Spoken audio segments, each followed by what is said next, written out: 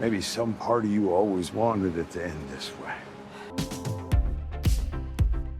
Hey, welcome to Screen Crush. I'm Colton Ogburn, and these are all of the Easter eggs, references, and little things you might have missed in The Walking Dead Dead City Season 1 finale. We open with a shot of the flare that Ginny shot at the end of last week's episode. As Negan goes to find the source of the flare, he thinks that it's Maggie who has shot it off, and you can hear this genuine concern in his voice as he calls out for her. Maggie!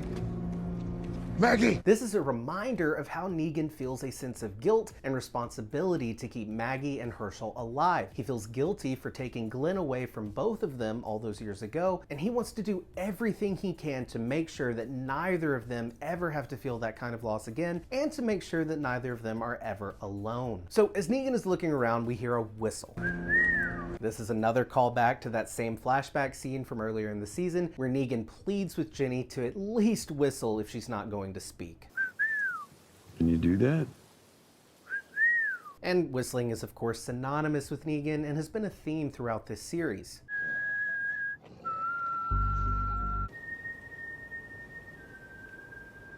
Whistling symbolizes both the past that haunts Negan, but it also represents a hearkening back to before Negan broke bad. In the early days of the apocalypse, Negan's wife was sick with cancer, and when Negan would leave to go on runs, he'd tell her to whistle and he'd come running back. And she would do that whistling. It didn't matter what I was doing or where I was.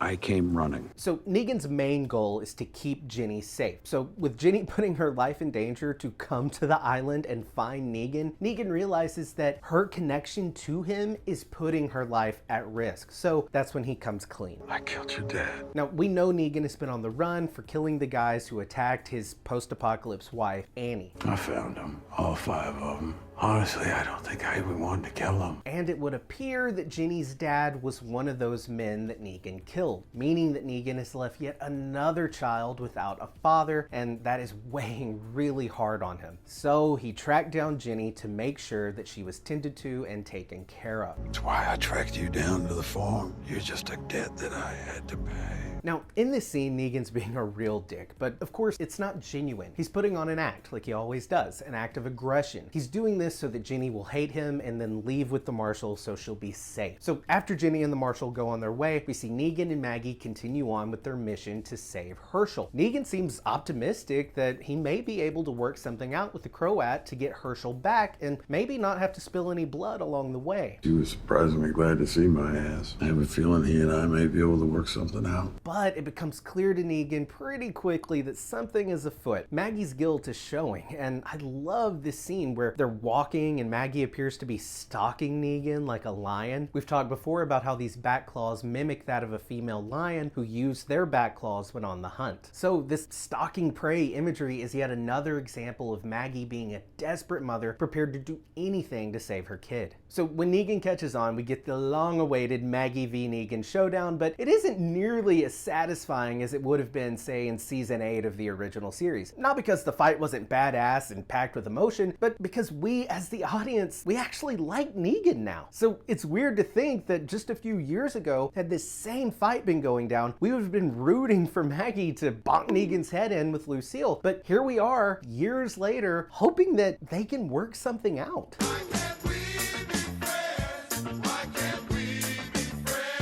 Now in this season, we've seen a boxing ring. First we saw it with the Marshal in his test with the Croat, and then again when Maggie and the others were surrounded by walkers and trapped inside. I think that boxing ring was setting us up for this platform fight between Negan and Maggie. There's no cage around them, but they are high up in the air and surrounded by a ground full of walkers. So in a way, we really are seeing the Negan v. Maggie cage fight that hardcore fans like myself have been waiting for. So the fight ends with Negan putting a knife to Maggie's throat, exactly like she put a knife to his throat in the season premiere. Cut back over to Ginny and the Marshal arriving at the bricks, that's the new hilltop. As Ginny heads to the gate, the Marshal realizes that she left her overshirt in the car and he calls her back to come get it. Hey!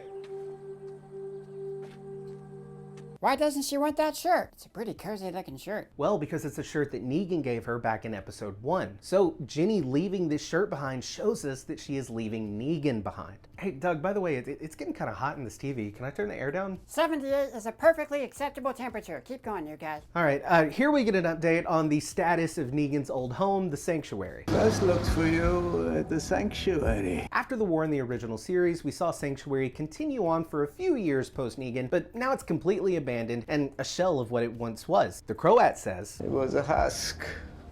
Abandoned long ago. Now, the Sanctuary being a husk of its old self is meant to symbolize what the Croat thinks of this new Negan, a man who is just a shell of the man that he once knew. So the Marshal returns to New Babylon where he lies and says that he tracked down Negan and killed him. Remember that the series started off by implying that the Marshal would be like an antagonistic character, but it would appear that that Negan charm turned things around. Why are you doing this?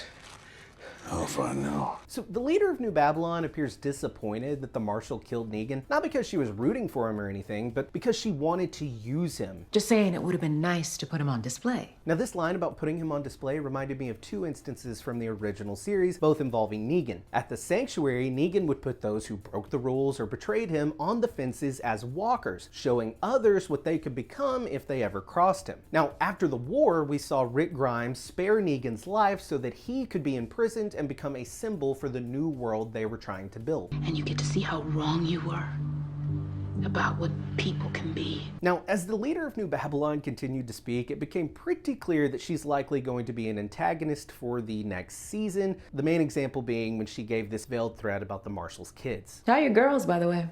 Don't worry, we looked out for them while you were gone. So it's looking like we're going to be seeing New Babylon go to war with Manhattan Island following the mention of the methane fuel. In a post-apocalyptic world, it's only natural that eventually there would be large-scale wars over resources. So a resource as significant as a liquid fuel in this apocalyptic landscape, and that is what the Croat's boss is anticipating. Wherever a natural resource abounds, they'll come for it. Doug, seriously, it's really hot in here, man. Can we please bump the air down? What am I running here? Refrigerator? Back to it. All right.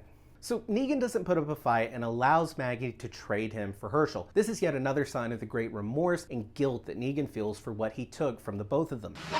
As Maggie and Herschel arrive back on the mainland, Herschel is still his moody teenage self, and we see him find the ball cap that Negan got him a few episodes back. We hear Maggie call it a gift, and I think that this line is a little more significant than we realize. Yes, it's a callback to the previous episode where Negan found the cap and gave it to Maggie because he remembered Herschel wearing one as a child, and of course it's a reference to how Herschel's dad, Glenn, wore a ball cap in the early seasons of the original series and how he wore one in the comics. But in this scene where Maggie says it's a gift, it was a gift. I immediately began to wonder why she'd tell her son that it was a gift. Why would she want her kid to have a gift from the man who killed his father? To me, this was showing us the first cracks in Maggie's armor. She wants to be able to feel no guilt whatsoever for leaving Negan behind, but she can't. It's just not who she is. Plus, this isn't the first time Negan has saved Herschel's life. So let's remember that Herschel wasn't born yet when Negan killed Glenn. So for the entirety of Herschel's life, he's been without a father, and he's always known of this boogeyman who killed his dad. My mom told me a bad man killed my dad. It was you, wasn't it? But now we're getting to hear Herschel voice that trauma that Maggie has let spill onto him over all these years. It's like my whole life you've been looking over my shoulder, watching for him. This line reminded me a lot of the dynamic between Laurie Strode and Michael Myers from the Halloween franchise. In both H2O and Halloween 2018, we saw Laurie's children suffer greatly from Laurie's own trauma with the man who killed her friends and then tried to kill her. Michael's here. Get downstairs. Go, baby, go! So we've talked before about how the Croat's boss appears to be a former stage actress or director or something like that, and that's all but confirmed in this episode when we hear the Croat compare Negan to an actor commanding the stage. Like an actor commanding the stage like a rock star. And then again later when she mentions her admiration of Negan's performance. I heard about your performance at the bank. Bravo.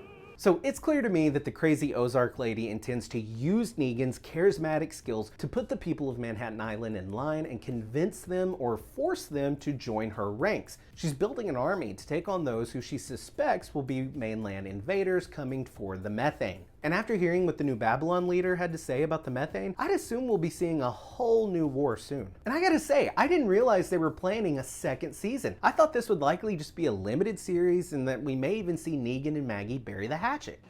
Hatchet? And that the series would end with Negan sacrificing himself to save Maggie and Herschel, and then he might like die in Maggie's arms and say that he's sorry for what happened with Glenn. But no, they're gonna keep making more. And hey, I guess I'm here for it. I mean, I'm a long-time Walking Dead fan. I never really dropped off the show. I was in for the long haul, and you know, I've really enjoyed Dead City, so I'm excited to see more. And from the looks of it, it seems like we're going to have an exciting season 2. I'm thinking we're probably going to see Maggie return to New York to save Negan, but then she's going to encounter a Negan who has returned to his evil form. Now, at first we could see Maggie and Negan be adversarial again, and Maggie could say something along the lines of, "Oh, I was so stupid to think you had changed." But then Negan can reveal that he's only doing this to keep Herschel safe, because did I mention that the crazy Ozark lady cut off Herschel's toe? Yeah, she cut off his toe. And they can always go back for more. So we're in for a stumpy ride, a bumpy ride.